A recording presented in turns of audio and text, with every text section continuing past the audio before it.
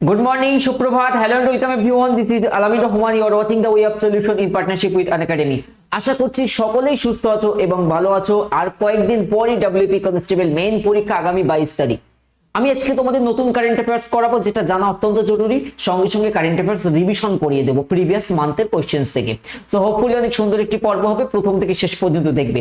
দাদা এতদিন কোথায় ছিলেন যারা জানো না তাদেরকে জানিয়ে রাখি, আমাদের যে সমস্ত ছাত্রছাত্রীরা এক্সাইজ কনস্টেবলের মক ইন্টারভিউ এর জন্য কোয়ালিফাই করেছে, ইন্টারভিউতে অ্যাপিয়ার হবে, তো তাদেরকে আমরা মক ইন্টারভিউ এর গাইডেন্স দিচ্ছিলাম কমপ্লিটলি ফ্রিতে পশ্চিমবঙ্গের বিভিন্ন প্রান্তে ঘুরে ঘুরে। So I hope constable main পরীক্ষার টাইমেও তোমাদেরকে সেই গাইডেন্সটা দিতে পারবো। তো তার জন্য আমার সঙ্গে দেখা করতে চাইলে বা সবকিছুর জন্য চাই তোমার মেন পরীক্ষা কোয়ালিফাই করা। মেন পরীক্ষা কোয়ালিফাই করো। I wish you all the very best. এই কয়েকটা দিন একটু মেহনত করো, প্রস্তুত করো। আমরা আমাদের এন্ড থেকে তোমাদের যথেষ্ট সাপোর্ট করব। তুমি শুধু একটু মনকে শান্ত রেখে একটু টাইম নিবেশ করো এই মেন পরীক্ষার জন্য। আমি কথা দিচ্ছি তুমি কোয়ালিফাই করবে, তুমি পারবে। তোমার মধ্যে সেই এবিলিটি আছে, সেই ক্ষমতা আছে, যার জন্য তুমি প্রিলিমস কোয়ালিফাই করেছো। কত ছেলে মেয়ে আছে জানো যারা প্রিলিমস কোয়ালিফাই করতে পারেনি, পিএমটি এন্ড পিইটিতে আটকে গেছে।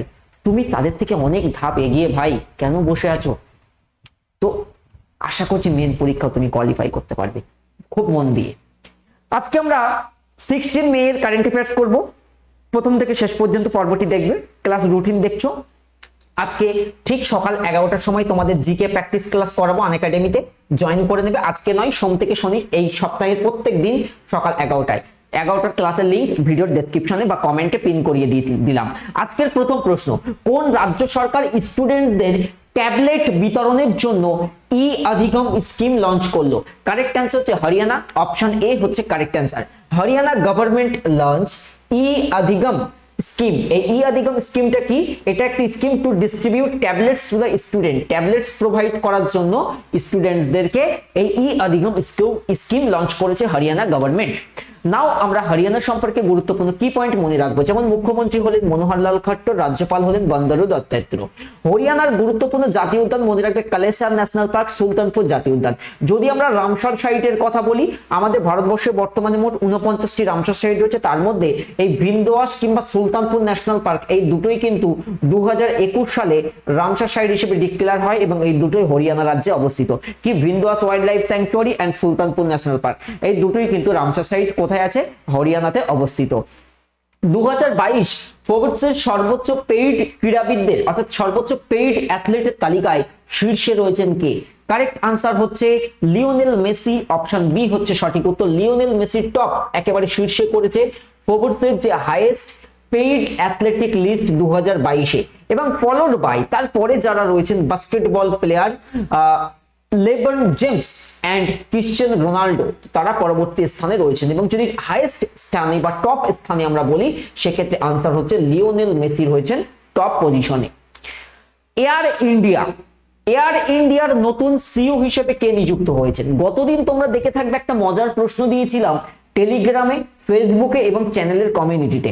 কোশ্চেনটা হচ্ছে, ভারতের যে রিজার্ভ ব্যাংক অফ ইন্ডিয়ার প্রধানকে কি বলা হয়? অপশনগুলো মন দিয়ে শুনবে। প্রথম অপশনে ছিল প্রধান নির্বাহী কর্মকর্তা, দ্বিতীয় অপশন ছিল ব্যবস্থাপনা পরিচালক, তৃতীয় অপশন ছিল চিফ ব্যাংকিং অফিসার এবং চতুর্থ অপশন ছিল উপরের কোনোটিই নয়। কোশ্চেনটা দেওয়া হয়েছিল লাস্ট ফুড সাব ইন্সপেক্টর পরীক্ষায়। তোমরা সবাই জানো আরবিআই এর প্রধানকে কি বলে? গভর্নর।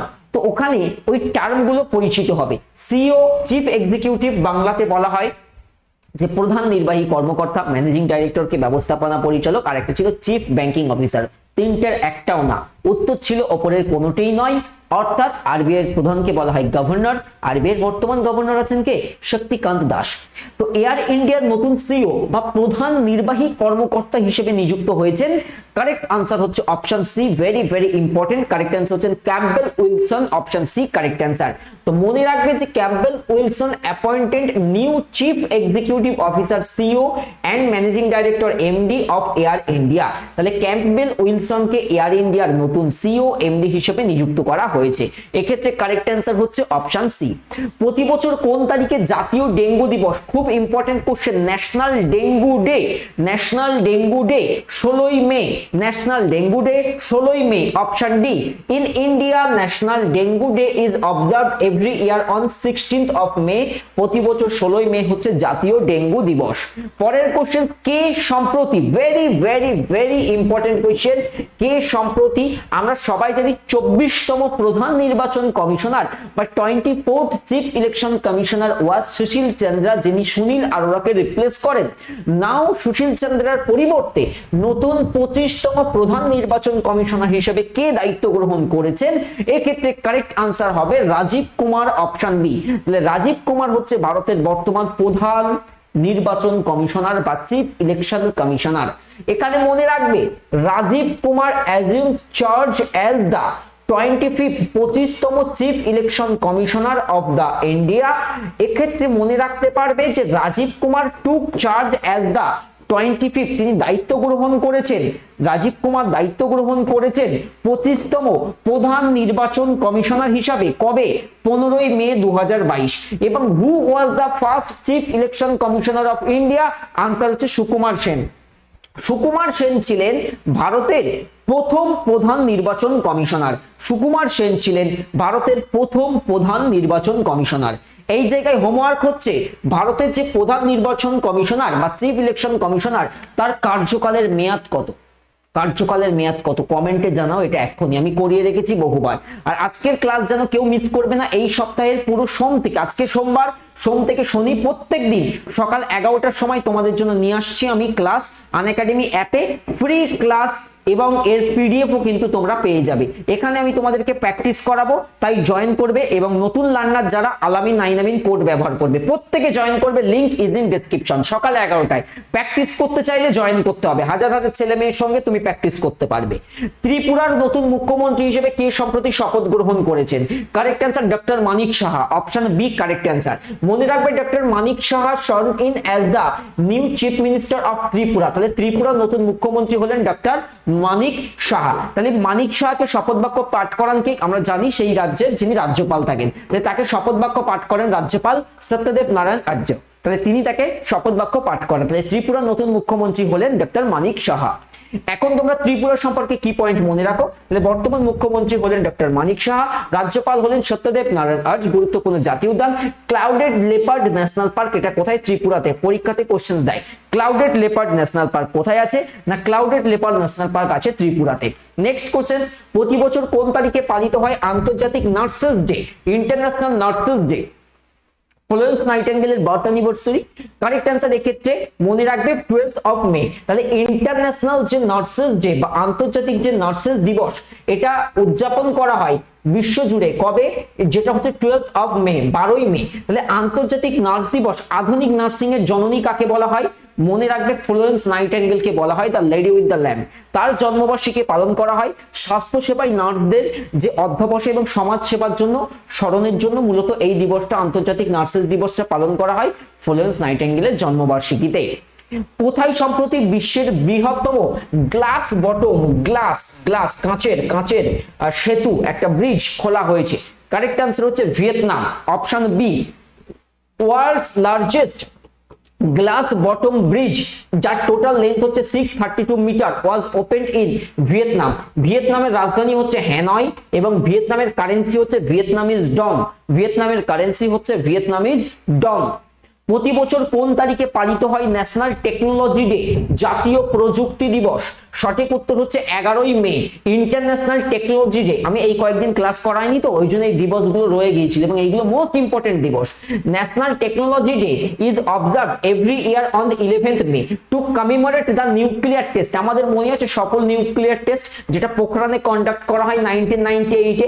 তাহলে এই জায়গায় এবছরের থিম কি ছিল ন্যাশনাল টেকনোলজি ডে বা জাতীয় প্রযুক্তি দিবসের? Integrate approach in science and technology for sustainable future. এই জায়গা থেকে একটা কোশ্চেন পরীক্ষাতে এসে থাকে, কি আসে? স্মাইলিং বুদ্ধা। আমি তা উত্তর বলেই দিলাম।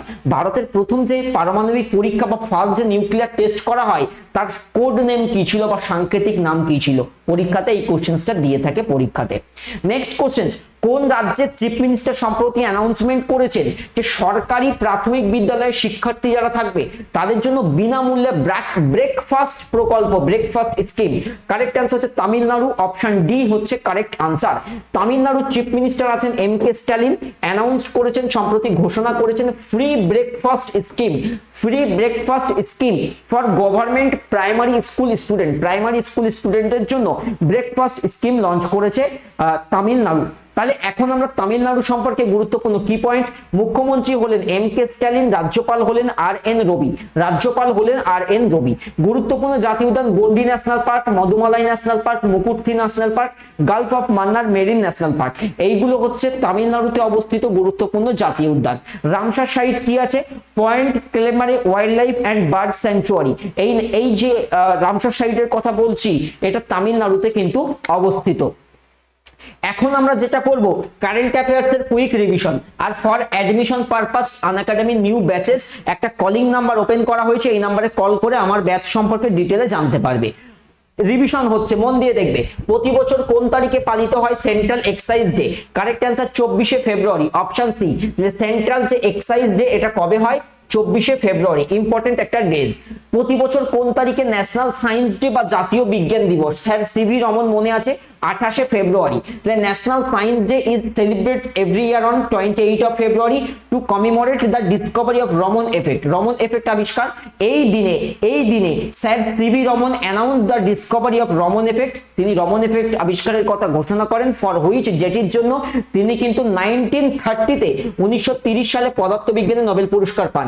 এর পাশাপাশি মনে রাখবে আমাদের রক্তের শ্রেণীবিন্যাস করেন কার্ল লান্ডস্টাইনার, উনিও কিন্তু 1930-এ তিনি নোবেল পুরস্কার পান। যে পদার্থবিজ্ঞানে নোবেল পুরস্কার সেই সময় পান স্যার সিভি রমন। এবং মনে রাখবে প্রথম ভারতরত্ন পুরস্কার প্রাপক তিনজনের মধ্যে একজন কিন্তু ছিলেন স্যার চন্দ্রশেখর ভেঙ্কটরমন বা সিভি রমন। আলোর কোন ঘটনার জন্য তিনি নোবেল পুরস্কার পান? Scattering of light. সেবির প্রথম মহিলা চেয়ারম্যান হিসেবে নিযুক্ত হলেন কে সম্প্রতি? সঠিক উত্তর হচ্ছে Madhabi Puri Buch, option A correct answer. Madhabi Puri Buch appointed as the chairperson of securities and exchange board of India. সেবির ফুল ফর্ম ইম্পর্টেন্ট, কি বললাম? Securities and exchange board of India. তিনি কাকে রিপ্লেস করলেন? পুরাতন চেয়ারম্যান অজয় তাকিগে, এবং এর মাধ্যমে she is the first woman chief of SEBI, এবং তিনি হয়ে উঠলেন সেবির কিন্তু প্রথম মহিলা প্রধান। তিনি হয়ে উঠলেন সেবির প্রথম মহিলা প্রধান। নিম্নের কোথায় ভারতের প্রথম ই বর্জ্য মানে waste eco park, correct answer হচ্ছে ওয়েস্ট ইলেকট্রনিক ওয়েস্ট এর যে eco park, correct answer Delhi, option A correct answer. ভারতের প্রথম ওয়েস্ট ইকো পার্ক এটা কোথায়? দিল্লিতে সেট আপ করা হয়েছে। ভারতের ফার্স্ট অর্গানিক স্টেট যদি কোশ্চেন্স আছে আনসার হচ্ছে সিকিম।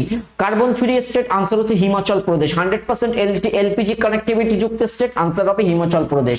2022 আইসিসি ক্রিকেট বিশ্বকাপ আয়োজিত, হোস্ট করে নিউজিল্যান্ড এবং এটা উইনার হয় Australia. Correct answer option C. তাহলে কি এটা হোস্ট যখনই প্রশ্ন আসবে 2022 নিউজিল্যান্ড হোস্ট করে, এবং যদি উইনারের কথা বলে অস্ট্রেলিয়া ছিল উইনার, অস্ট্রেলিয়া জয়ী হয়। তোমরা এখানে অ্যাডমিশন নিউ ব্যাচ কল করতে পারো, কারেন্ট অ্যাফেয়ার্স এর কুইক রিভিশন।